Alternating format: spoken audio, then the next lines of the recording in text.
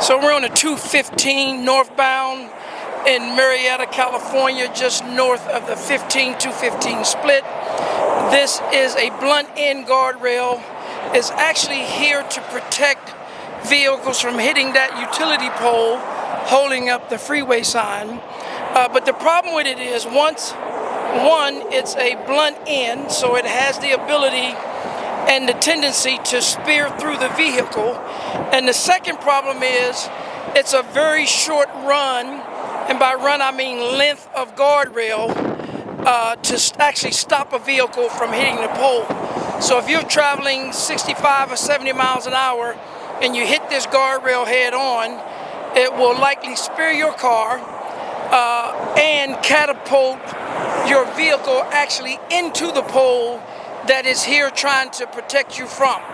Again, this is the 215 northbound in Marietta, California, just north of the 15-215 split.